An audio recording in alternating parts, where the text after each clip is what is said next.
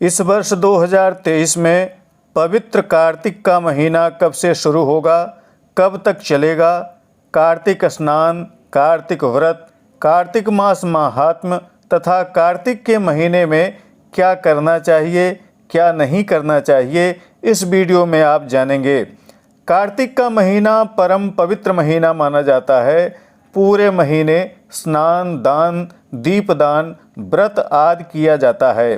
तुलसी की सेवा, पूजा, भगवान श्री हरि का प्रबोधन, तुलसी विवाह, करवा चौथ, भगवती राधा की जयंती, एकादशी, प्रदोष, धनत्रयोदशी, धनतेरस, नरक चतुर्दशी, हनुमान जी की जयंती, दीपावली, सोमवती अमावस्या, अन्नकूट, गोवर्धन पूजा, यमद्वितीया, सूर्य षष्ठी, डाला छठ व्रत, हेमंत ऋतु का आरंभ, गोपाष्टमी, अक्षय नवमी, विष्णु प्रबोधनोत्सव, चातुर्मास व्रत समापन, वैकुंठ चतुर्दशी तथा कार्तिक पूर्णिमा, देव दीपावली आदि अनेक व्रत कार्तिक के महीने में किए जाते हैं, जिनके बारे में हम इस वीडियो में जानेंगे। वीडियो पूरा देखिएगा। चैनल पर यदि आप नए हैं तो सब्सक्राइब करके नोटिफिकेशन बेल को ज़रूर ऑन कर लीजिएगा। साथ ही यह भी जानेंगे कि कार्तिक के महीने में व्रत कैसे करना चाहिए, क्या चीज़ खाना चाहिए, क्या नहीं खाना चाहिए, कार्तिक के महीने में स्नान करने का क्या नियम है, ये सारी बातें इस वीडियो में जानेंगे। इस वीडियो को अन्य लोगों को ज़रूर शेयर करिएगा। आइए इस वीडियो का शुभारंभ करते हैं। पवित्र कार्तिक का महीना दिनांक 29 अक्टूबर 2023 दिन रविवार को प्रारंभ होगा तथा इसका समापन 27 नवंबर 2023 दिन सोमवार को होगा। दिनांक 29 अक्टूबर से 13 नवंबर तक कृष्ण पक्ष रहेगा। कृष्ण पक्ष में दशमी तिथि की वृद्धि होने से यह पक्ष 16 दिनों का होगा तथा 14 नवंबर से 27 नवंबर तक शुक्ल पक्ष रहेगा। इसमें सप्तमी तिथि की हानि होने से यह पक्ष 14 दिनों का होगा। कार्तिक स्नान, यम, नियम, दान आदि का प्रारंभ आश्विन शुक्ल पक्ष एकादशी अथवा आश्विन पूर्णिमा से प्रारंभ करना चाहिए।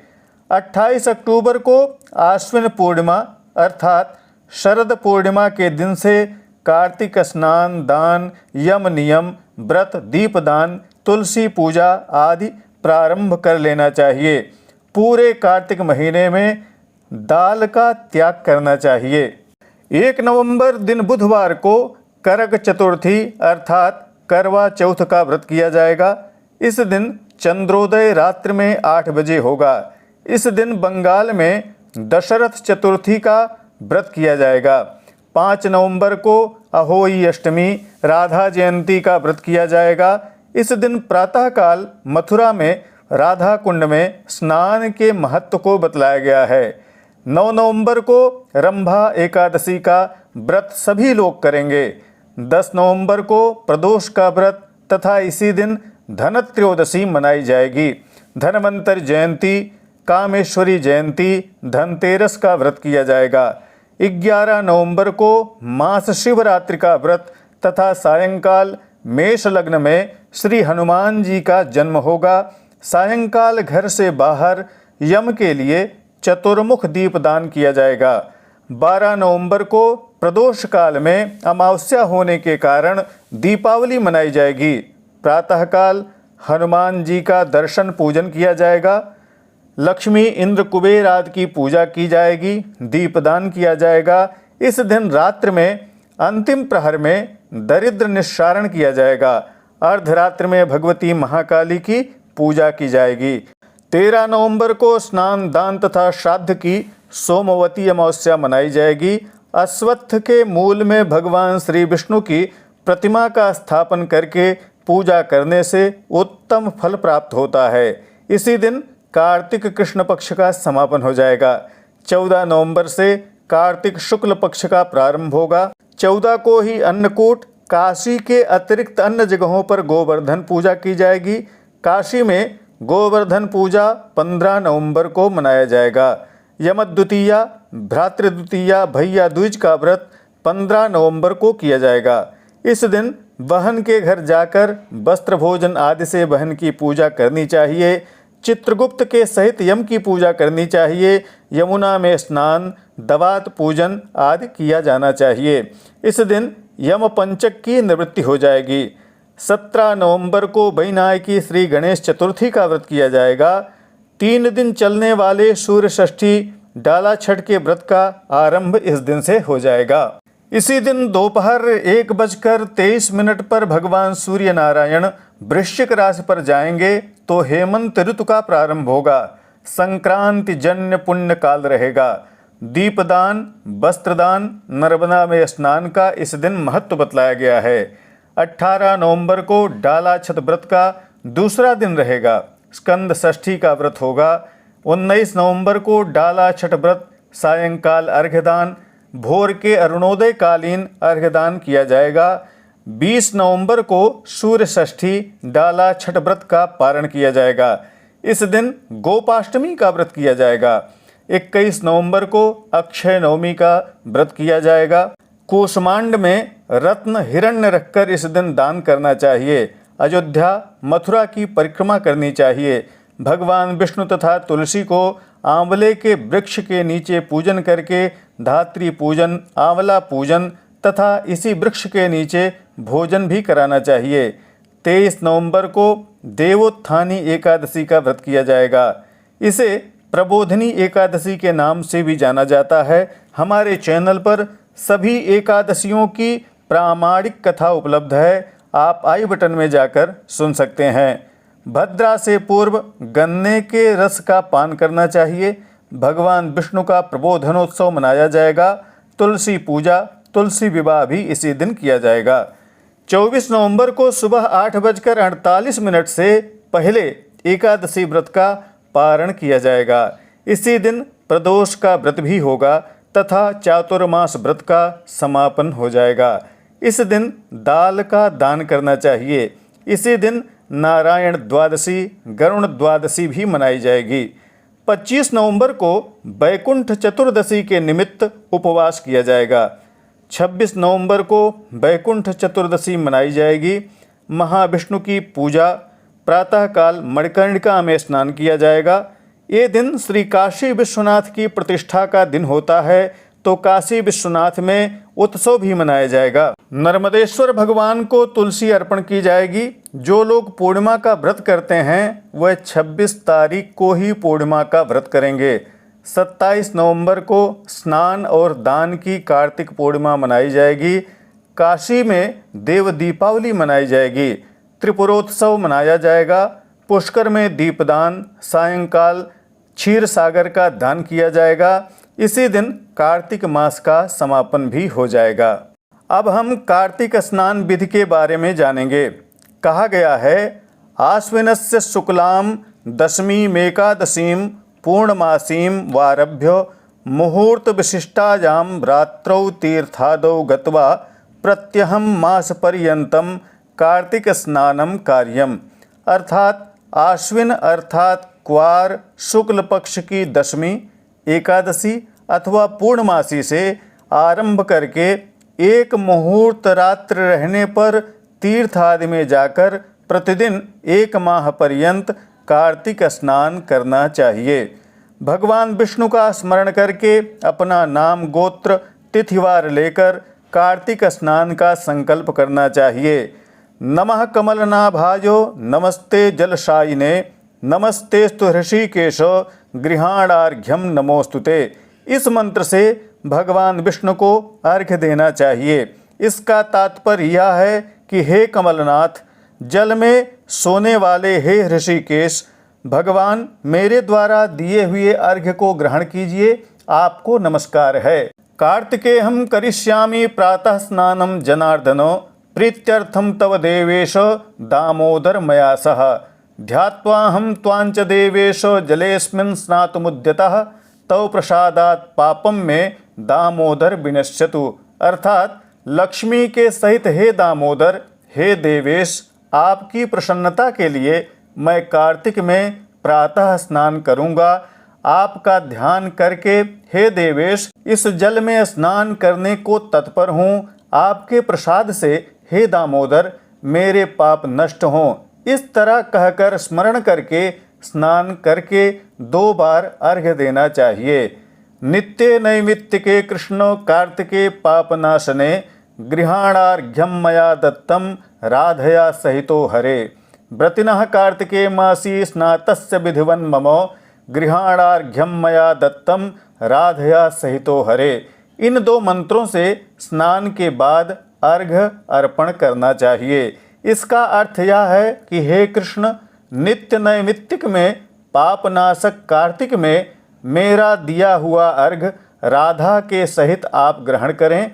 कार्तिक मास में विधि पूर्वक नहाए हुए मुझ व्रत वाले का दिया हुआ अर्घ्य राधा के साथ स्वीकार करें। कुरुक्षेत्र गंगा पुष्करादि तीर्थ विशेषेण फल विशेषः, अर्थात कुरुक्षेत्र, गंगा और पुष्कर आदि तीर्थों में कार्तिक स्नान करने से विशेष फल की प्राप्ति होती है। संपूर्ण कार्तिक मास में जितेंद्रिय होकर नित्य स्नान, जप, हविष्य भोजन और इंद्रियों का दमन करने वाला समस्त पापों से दूर हो जाता है। भागीरथी गंगा, विष्णु, शिव और सूर्य को स्मरण करके नाभि पर्यंत जल में प्रवेश करके उसी में खड़े खड़े स्नान करना चाहिए। यह कार्तिक स्नान प्रातः संध्या करके ही करना चाहिए, अर्थात जो संध्या गायत्री आदि करते हैं वह स्नान संध्या करके तब कार्तिक स्नान करने जाएं।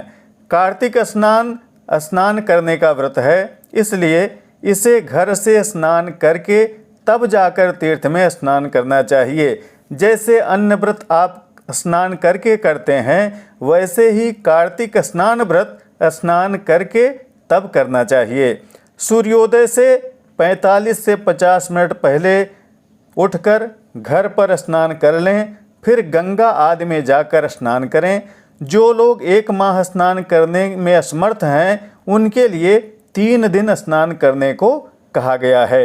अब हम कार्तिक व्रत विधि के बारे में जानेंगे।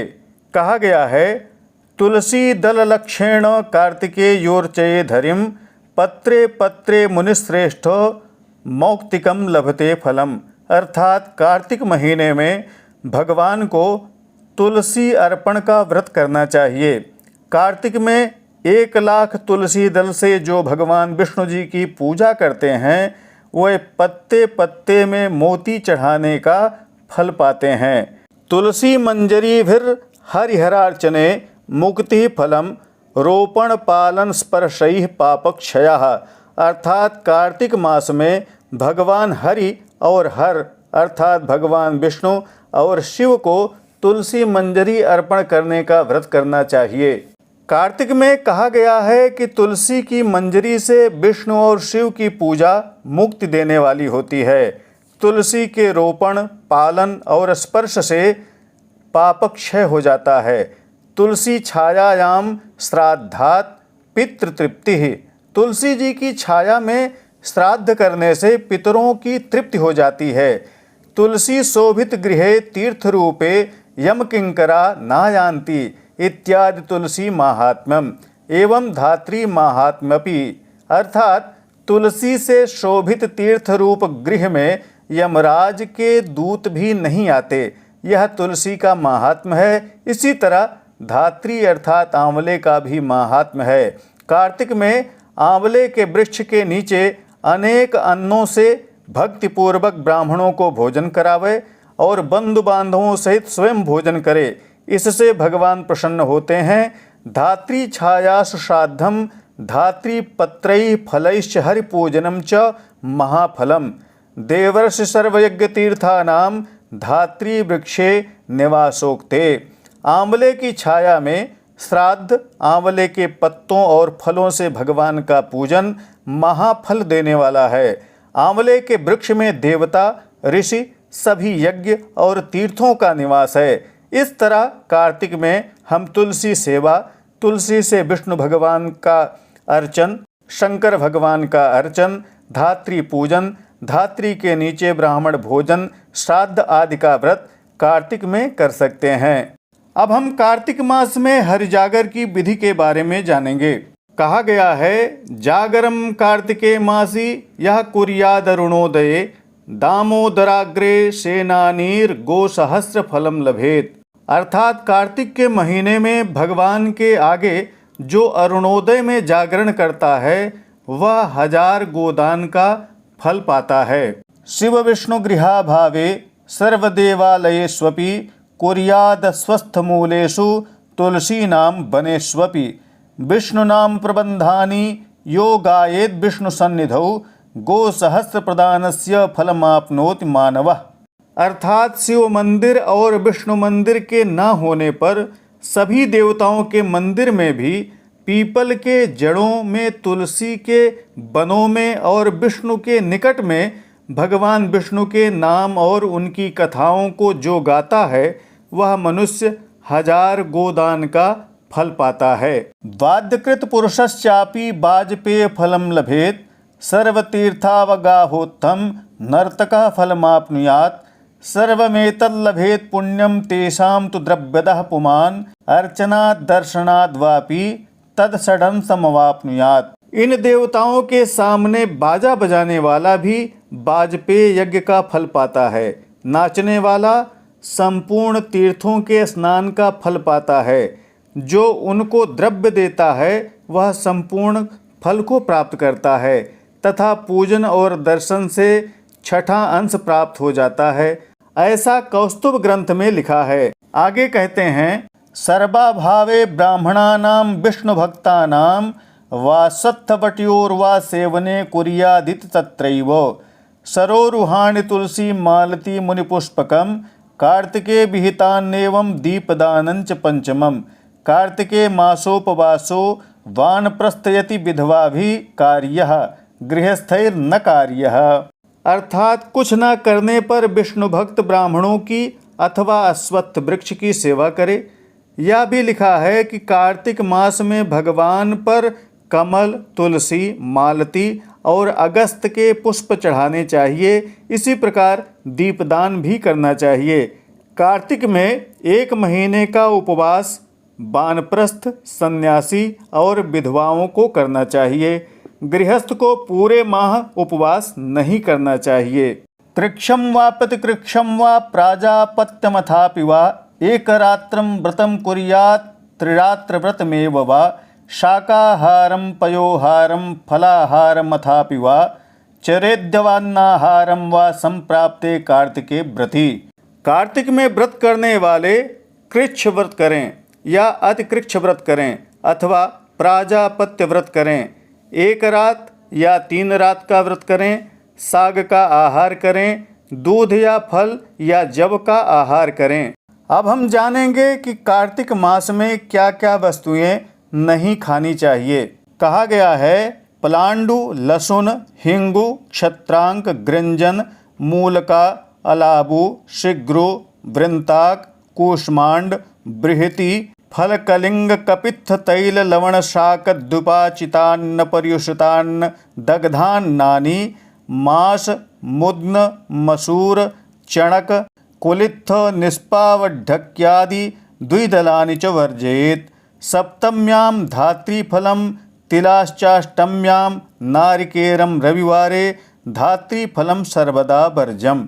अर्थात कार्तिक के महीने में प्याज, लहसुन, हींग, छत्रांक, गृंजन अर्थात गाजर, मूली, तुमड़ी, लौकी, सहजन, बैगन, कूष्मांड, बृहति फल, कलिंग, कैथ, तेल, नमक, साग, 2 बार का पकाया हुआ अन्न, बासी अन्न, जले हुए अन्न, उड़द, मसूर, चना, कुर्थी और दाल का त्याग करना चाहिए। सप्तमी में आंवला, अष्टमी में तिल और नारियल तथा रविवार में आंवले के फल का सदा त्याग करना चाहिए। कार्तिक मास में इन चीज़ों के त्याग का व्रत बतलाया गया है। अर्थात कार्तिक के महीने में जो लोग व्रत करते हैं उन्हें तो ये चीज़ खाना ही नहीं है, और जो कार्तिक महीने का पूरा व्रत नहीं करते उनके लिए भी इन चीज़ों का त्याग करना चाहिए। अगर वे भी इन चीज़ों का त्याग करते हैं तो उन्हें भी अवश्य फल प्राप्त होता है। आगे यह भी कहा गया है कि किन चीज़ों के त्याग से हमें किन चीज़ों का दान करना चाहिए और उससे हमें क्या फल मिलता है। अब हम कार्तिक मास में दान की वस्तुओं तथा उसके फल के बारे में जानेंगे। कहा गया है, कांस्य पात्रे भोजन वर्जन व्रते कांस्य पात्रम घृत पूर्णम दद्यातो मधुत्यागे घृत पायस शर्करा दानम समाप्तो कार्यम। अर्थात कांसे के पात्र में भोजन न करने का यदि व्रत लिया है तो कांसे के पात्र को घी से भरकर दान करना चाहिए। यदि कार्तिक के महीने में मधु त्याग का व्रत किया है तो घी दान करना चाहिए। खीर और शक्कर का दान समापन में करना चाहिए। तैल त्यागे तिल दानम कार्तिके मौन भोजी सतिलाम घंटाम दद्यातो स्वर्णयुतानि मासयुतानि 30 कूष्मांडान्यत्र मासे दद्यातो। कार्तिक महीने में तेल के त्याग करने से तिल का दान करना चाहिए। कार्तिक में मौन भोजन करने का व्रत करने वाले को तेल और घंटा दान करना चाहिए। सोने से युक्त और उड़द से युक्त 30 कूष्मांड का दान इस माह में करना चाहिए। कार्तिके कांस्य भोजी कृमभुक फल वर्जने फलम रसत्यागे रसः धान त्यागे धान्यानि च देयानि सर्वत्र गोदानम वा एकतः सर्वदानानि दीपदानं तथैकतः कार्तिके दीपदानस्य कलाम नारहन्ति षोडशीम। कहा गया है कि कार्तिक में कांस्य पात्र में भोजन करने वाला कीड़ों का भोजन करने वाला होता है। अर्थात कार्तिक में कांस्य पात्र में भोजन नहीं करना चाहिए।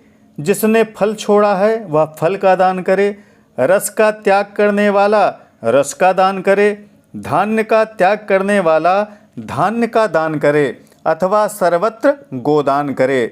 कार्तिक में दीपदान का अत्यंत महत्व है। दीपदान को अन्य दानों से श्रेष्ठ कहा है। कहते हैं कि कार्तिक में दीपदान की 16वीं कला भी अन्य दान नहीं पा सकते। इस तरह यदि चातुर्मास व्रत नहीं किया है तो कार्तिक मास में कोई ना कोई व्रत अवश्य करना चाहिए। आप स्नान का व्रत कर सकते हैं, वस्तुओं को छोड़ने का व्रत कर सकते हैं, भगवान के पूजन, तुलसी पूजन, दीपदान आदि का व्रत कर सकते हैं। कोई ना कोई व्रत अवश्य करना चाहिए। आशा है वीडियो आपके लिए महत्वपूर्ण होगी। लाइक शेयर कमेंट अवश्य करिएगा। शेयर करके पुण्य लाभ अवश्य लीजिएगा।